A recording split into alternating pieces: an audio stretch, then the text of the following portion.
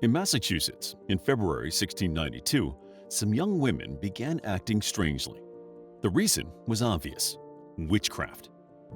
Between the 16th and 17th centuries, Europe was gripped by the tales and trials of witches. It is estimated that 50,000 people were put to death for witchcraft during this time. Most of them were women over 40 with a working knowledge of midwifery and natural medicine.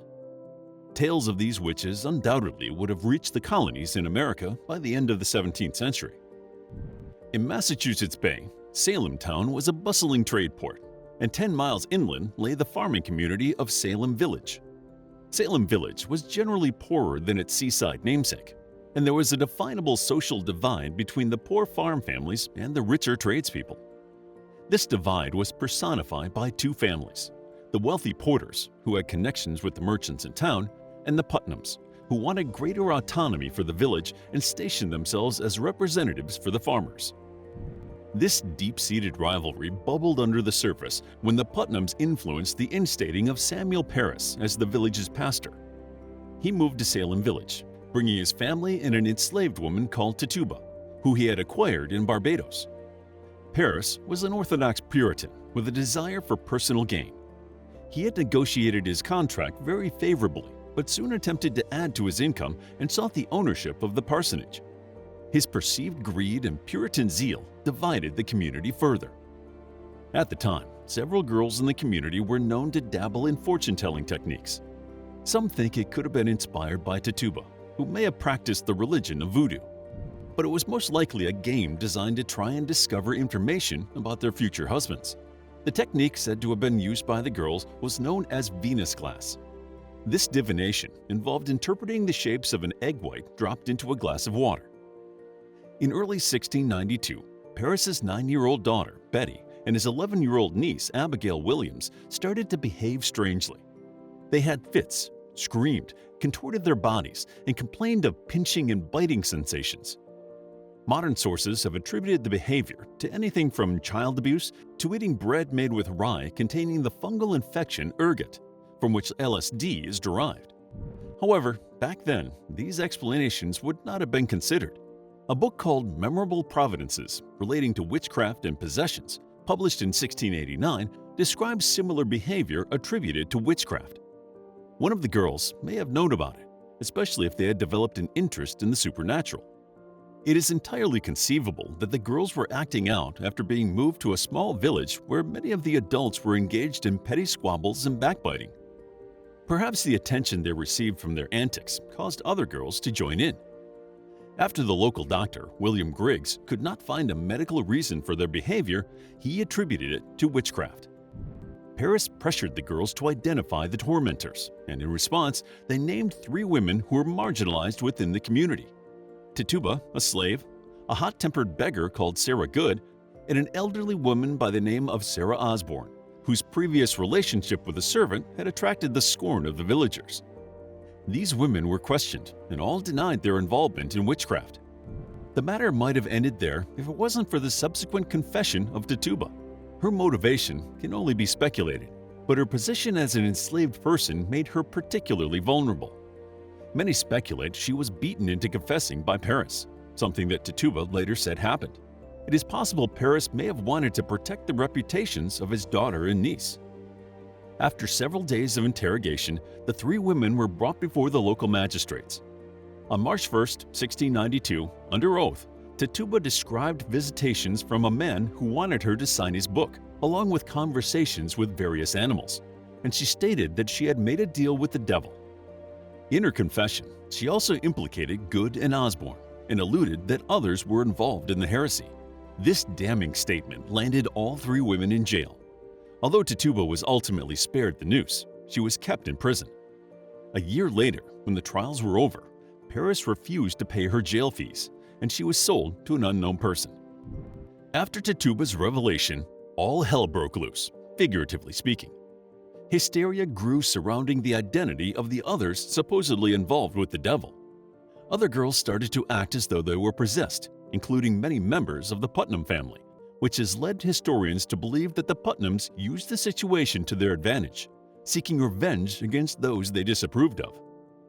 Anne Putnam's father, Thomas, and her uncle, Edward, filed most of the subsequent complaints against the people accused of witchcraft.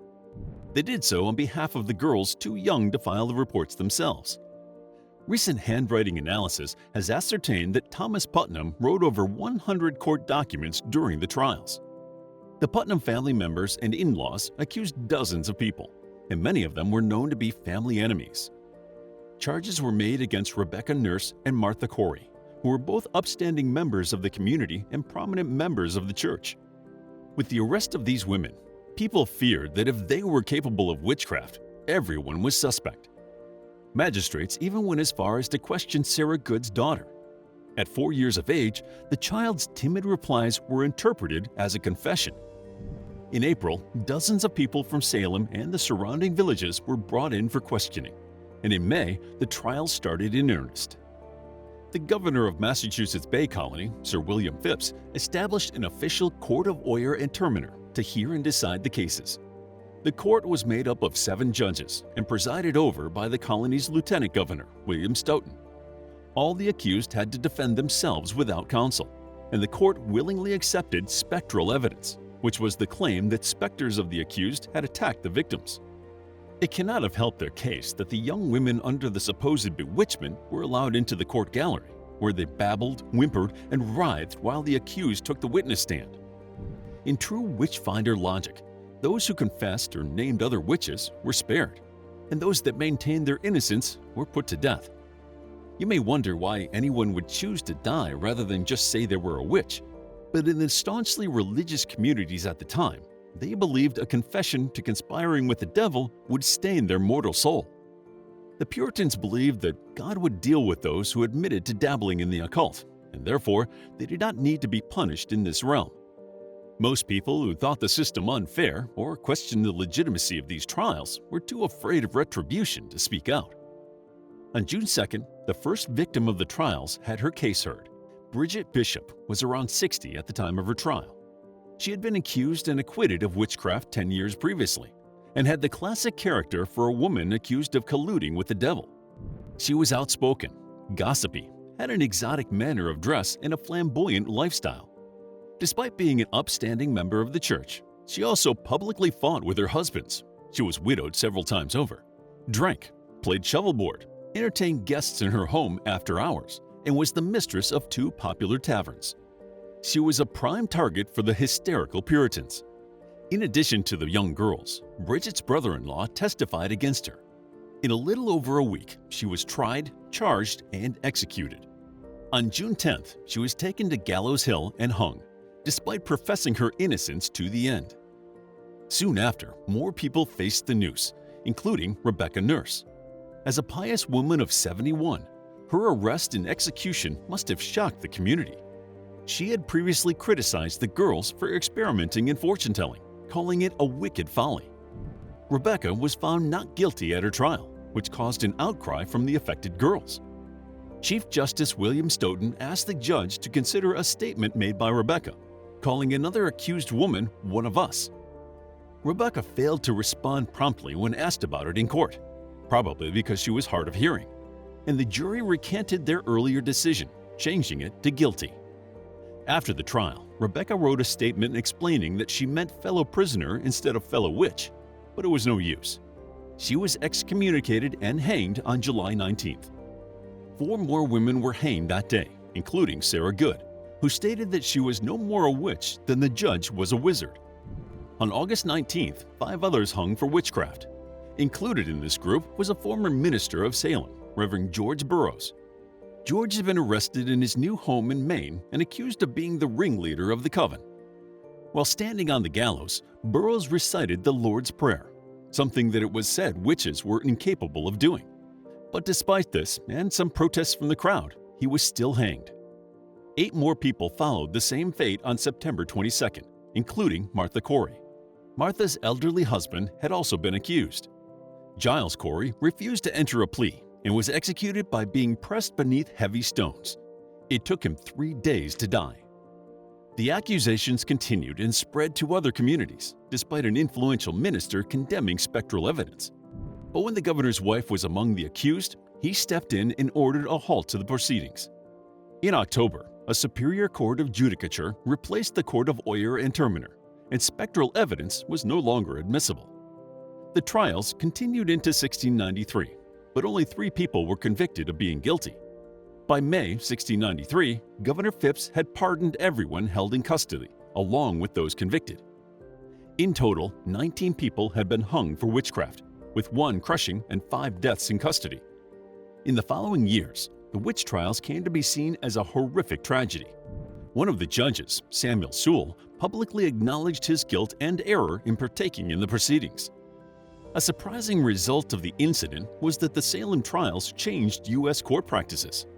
The right to legal representation, the right to cross-examine the accuser, and the tenet that one is innocent until proven guilty all stem from the events in Salem.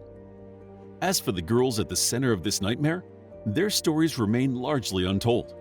Were they manipulating schemers or actual victims? Betty Paris was sent away to live with family during the actual trials, one of the original accusers. She later married a shoemaker and had 5 children, some say 4, dying in 1760. However, her cousin Abigail played an essential role in the witch hunt, accusing 57 people in total. No records exist of her life after the trials. Ann Putnam Jr. was the 12-year-old daughter of Thomas and Ann Putnam.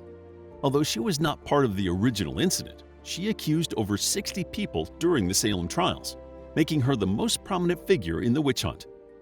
Ann's parents died suddenly in 1699, and in 1706 Anne gave an apology.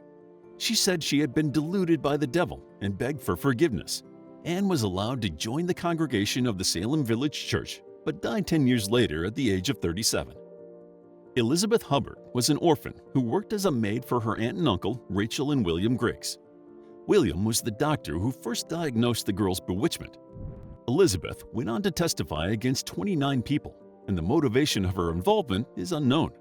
However, some believe she wanted to focus the community's concern on her lack of prospects as a domesticated servant and orphan. Like Abigail, she disappeared from the historical records after the trials. Mary Walcott was the 16-year-old step-cousin of Anne Jr. Her family lived next door to the Paris family. She either suffered visions and afflictions in the courtroom or calmly sat and knitted, unaffected by the chaos surrounding her. She married a local man and had 6 children, living until 77.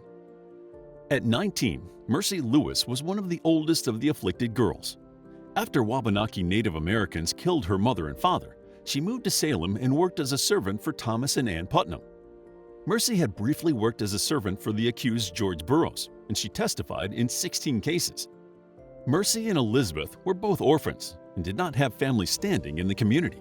It is conceivable that they both enjoyed the attention and power they wielded as accusers.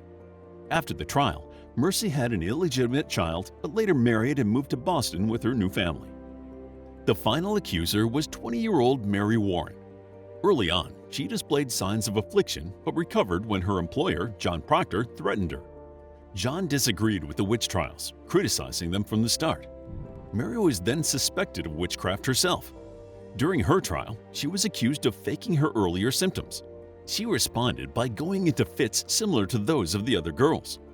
She soon rejoined the ranks of the accusers and testified against John and Elizabeth Proctor, both of whom were executed. What happened to her after the trials is unknown. No one can truly know what caused the Salem witch trials. The colony had only been established for around 60 years, and superstition and religious fervor were rife. Add to this personal rivalry, and you had a recipe for disaster. Or perhaps the devil really did visit Salem. To learn more about the Salem Witch Hunt, check out our book, The Salem Witch Hunt, a captivating guide to the hunt and trials of people accused of witchcraft in colonial Massachusetts. It's available as an ebook, paperback, and audiobook. Also, grab your free mythology bundle ebook while it's still available. All links are in the description. If you enjoyed the video, please hit the like button and subscribe for more videos like this.